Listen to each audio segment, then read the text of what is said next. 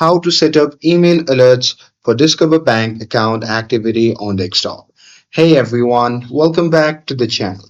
So if you want to stay on top of your account activity, well here is how to set up email alerts on Discover Bank from desktop.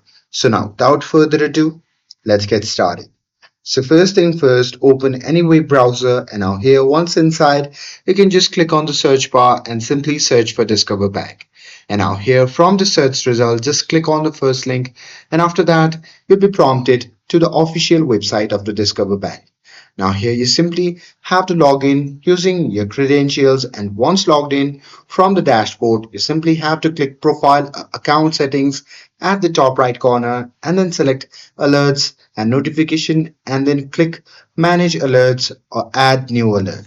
And after that, you simply have to choose the type of alerts you want like low balance, large transactions, deposits or payments due and there you have to enter your email address or select the existing one and set thresholds or limit if applicable and once you're done with it you simply have to click save or confirm and you will start receiving email notifications instantly and that's it.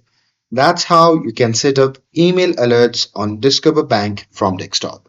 With this, if you found this video helpful, then don't forget to like, share, and subscribe to get updated for more videos.